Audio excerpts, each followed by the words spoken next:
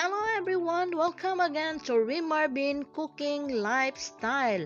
Kumusta kayo mga ka-OFW, mga kabayan, mga langga, saan mang sulok ng mundo? Good morning Philippines! Ito naman po ang inyong kusinera naghatid ng panibagong chicken recipe. Ang gagamitin natin dito ay ang pakpak ng manok.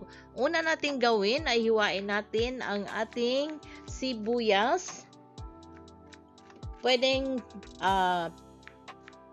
finely chop or pwede ring pahaba ang paghiwa ng ating sibuyas. Depende na sa atin kung paano natin gagayatin dahil masarap ito pag palaging may sibuyas sa ating mga pagkain. Sa hindi pa nakasubscribe sa ating channel, just click the subscribe button and notification bell para ma-notify kayo sa ating mga newly uploaded recipes and video.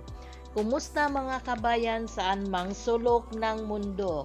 Huwag kalimutang magdasal para lagi tayong gabayan ng ating poong may kapal. Ayan, tapos nating gayatin ang ating sibuyas. Ilagay natin sa isang lalagyan at isunod naman natin ang ating luya or ginger. Ayan, ang ating ginger, hiwain lang natin ng maninipis na pahaba. Pwede din natin itong shredded. Ganyan lang ang paghiwa niya.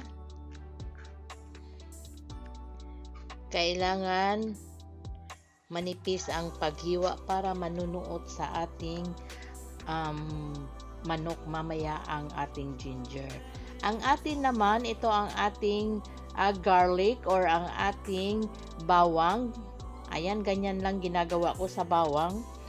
Yan, tapos na nating ma-shred ang bawang. Atin namang hiwain ang ating sili. Ito ang sili natin ay optional lang ito. Kung ayaw ng maanghang, pwede ring tanggalin. Pero dito kasi, ang mga kasamahan ko mahilig sa maanghang na mga ka-OFW. Ayan, happy tummy na naman sila mamaya dahil ang kanilang kusinera nagluluto na naman ng masarap na pagkain para sa aming lahat. Ayan, pag nandito tayo sa ibang bansa, kailangan tulong-tulong, huwag pabayaan ang isa't isa. Ayan, tapos na nating nagayat lahat, iset aside natin. Ayan, dito ang ating chicken wings or pakpak. Ayan, hiwain natin ng paganyan. Tanggalin natin yung kanyang parang kamay. Ako pag nagluluto ako, tinatanggal ko yan. Ayaw ko yung kainin. Ayan, tanggalin lang natin lahat.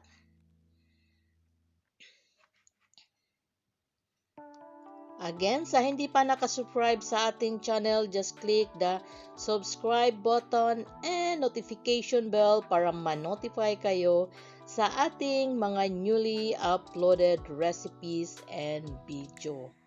Ayan, tapos na nating nahiwa at nahugasan ang ating chicken. Natanggal yung kanyang kamay. I-arrange dito sa ating kawali or sa ating pot. Ayan, isalansan lang natin ng ganyan. Ayan, tignan nyo, kakaibang luto ng ating pakpak ng manok sa araw na ito.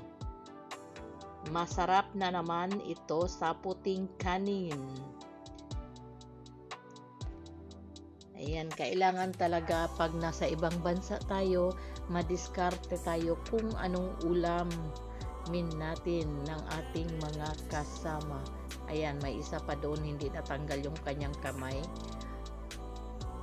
Yan, ganyan lang isalansa natin bago natin ilagay ang ating iba pang mga sangkap. Ayan, pagkatapos na nating masalansan, ilagay na natin yung ating mga ginayat kanina na bawang, sibuyas, luya, sili, at saka ang ating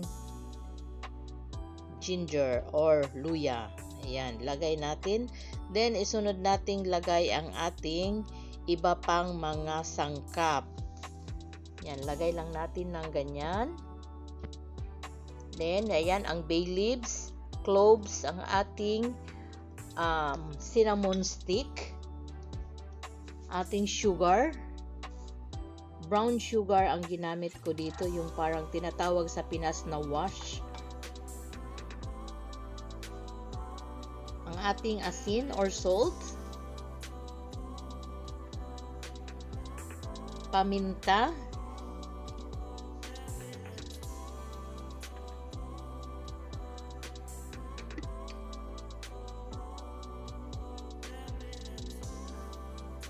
ang ating paprika. Ayan. Yan ang ating paprika. Mga 2 tablespoon yan ang nilagay ko. Maliit lang kasi yung spoon. Din ang ating oyster sauce. Yan, ganyan lang natin ang ating oyster sauce.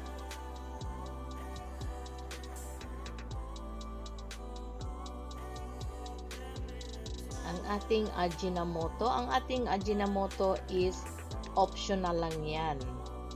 Kung hindi, yung mga hindi gumagamit ng Ajinomoto, pwedeng i-omit yan. Then, 1/4 cup ng oil, cooking oil. Ito ang ating 3 can ng Sprite, yung maliliit lang na 75 ml. Ayan, 3 can ang nilagay ko dyan.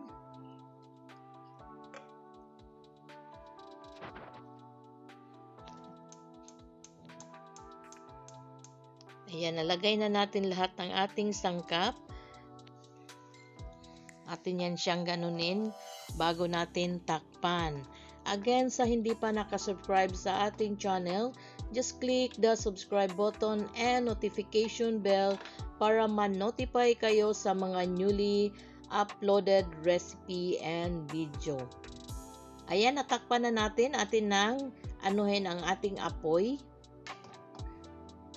Yan, kumulo na siya. Atin na yang inano sa low fire lang para hindi masunog ang ating chicken.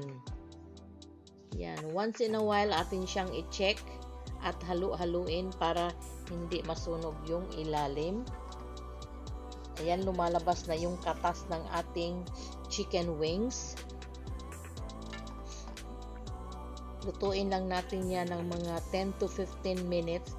Ang chicken wings kasi is madali lang yang lutuin. Tapos, ang ginamit natin na manok is yung tawag nila na 45 days, talagang malambot yan. Hindi kagaya ng native na manok na matagal lutuin. Ayan, after 15 minutes, ayan na ang ating chicken. Nanuot na yung kanyang sangkap sa ating chicken. Maglagay tayo dito ng patatas. Ang patatas natin, hiniwa natin ng maliliit na parang cubes. Then, maglagay tayo ng bell pepper, green, red, at saka ang ating mahabang sili. Dagdag pa ng bell pepper, lalong pampasarap sa ating niluluto.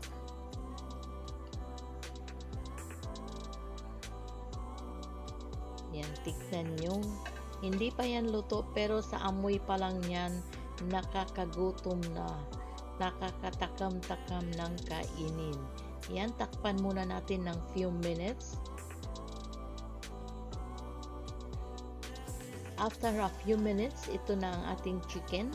Halo-haloin natin para tignan natin kung okay na yung ating patatas.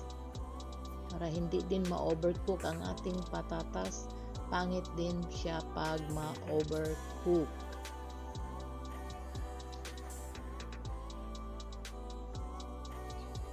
Ayan. Then, natin na again takpan again ng mga ilang minutes. Again, sa hindi pa nakasubscribe sa ating channel, just click the subscribe button and notification bell para ma-notify kayo sa ating mga masasarap na ulam. Ayan, halu-haluin lang natin at para medyo maghintay natin na mag-reduce lang kunti ang kanyang sabaw. Pero kung gusto naman ng maraming sabaw dahil hinahalo natin sa kanin, okay na din na ganyan ang kanyang sauce. Yan. Kumusta mga ka-OFW saan mang sulok ng mundo? Again, huwag kalimutang magdasal lagi sa ating Poong May Kapal para lagi tayong gabayan dahil malayo tayo sa ating mahal sa buhay.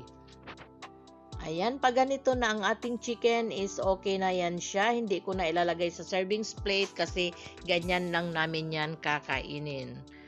Bon appetit! Maraming salamat sa ulitin. Thanks for watching. See you in my next video. Bye-bye!